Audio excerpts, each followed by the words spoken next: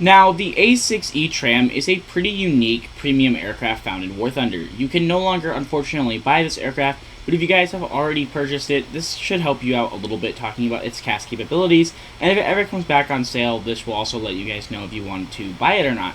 So the A-6E TRAM is found at the BR of 10.7, which is a pretty good BR for US ground. You can pair it in a good lineup with the M1 Abrams and a couple of the vehicles and premiums like the M1 KVT, and the Tech Tree and premium Wolfpacks are also found in the BR range you're at. Now, another thing that I really like the A-6E TRAM for is the ability to carry the Mud Skipper. Now, what this is basically a rocket-propelled GBU-16. Though the A-6E TRAM is definitely lacking a couple things that make it good in terms of CAS capabilities, and the big one of those is fire and forget missiles. All of your missiles and bombs and rockets are all going to be laser guided. You have your GBUs, you have your access to your Mud Skipper, your AGM-123, you carry GBU-16s, GBU-12s, and you carry, of course, unguided rockets and bombs. You don't have an internal cannon, but you don't have to sacrifice a hard point because you have an internal thermal view targeting pod. Like I said, the big issue I have with the A-6E is the lack of the ability to carry fire and forget weaponry, which is definitely hurts it at this BR.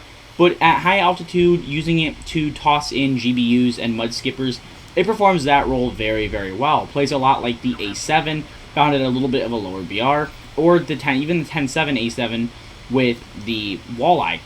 I personally think the A-6E is one of the better CAS vehicles for America in this BR range. You also have access to things like the A-10A Early, which gets access to, obviously, the AGM-65B and the GBU-8, as well as the GAU-8 cannon, which is what it's probably most famous for. A big strategy with the A-6 is going to be side climbing. Being able to utilize getting up in altitude to get out of the range of AA. Your skippers have okay range, but they're not going to be outranging good AA systems, things like 2S6, or even things like the Tor M1, which you can see in an up tier, which you will get up tiered quite a bit. Seeing 11.7 AA definitely can put a hamper in things. Like I said, you don't have any sort of crazy long-range weaponry, so your best bet to get out of the range of these AA is to side climb and kind of get out of their point of view, kind of get out of their sight, out of mind, and then come in and toss in your GBUs or toss in your Mud Skippers, or if you're using unguided weaponry. You do have a CCRP for your weapons, which definitely does help you out. But if you get low and you get slow, you are a subsonic aircraft, you do not have any sort of afterburner, you're going to be struggling to get back to altitude. So just make sure when you are diving on targets and you're trading away your airspeed or altitude for airspeed, that you do understand that you're going to have a very hard time getting back up to altitude. And another thing on top of that, you don't want to be caught sluggish down on the deck. You are going to die. You don't carry any sort of offensive weaponry unless you give up one of your hard points. You can carry 20mm cannons, and you can carry AIM-9Ls on additional hard points, but you will sacrifice weapon systems on board. You get 5 hard points, but the middle hard point is pretty much only accessible to like GBU-16, or 3,000 pounders, or I think it also can carry a rocket pod, so you don't have a lot of options there. Unfortunately, you can't put a 20mm gun pod on the belly. All 4 of your wing pylons are capable to equip flare and chaff pods, or AIM-9Ls, or a gun pod, or any sort of the other weapons you have, GBUs, or your Mud Skippers.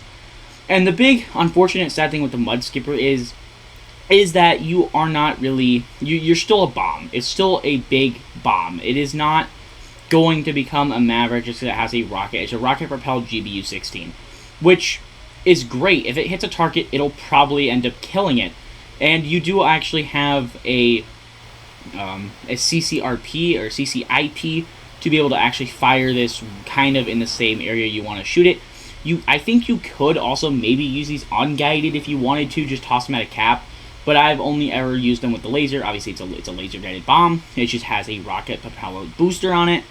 But really, that's kind of all it is for the A6. You're kind of a good high-altitude bomber, but you're a subsonic aircraft. You don't want to get down too low. You're going to have a hard time dealing with AA at ranges. But for, on contested airspace, especially if there's no fighters, getting altitude and using your GBUs from very high altitudes is going to be well rewarding. You don't have to sacrifice any sort of hard point for thermal targeting pod, which is nice compared to other aircraft like the A-7 at the VR. So it really just comes down to your preference. If you're wanting an aircraft that can be something that could contest in airspace with AA and other fighters, maybe the A-6 is not the best option for you. But if you're looking for a hard-hitting aircraft to take out enemy tanks, the A-6 is not a bad option. Anyways, let me know your guys' thoughts down below in the comments. Do you guys think Gaijin should add a tech-tree version of this? It's been one that's been asked for a very long time.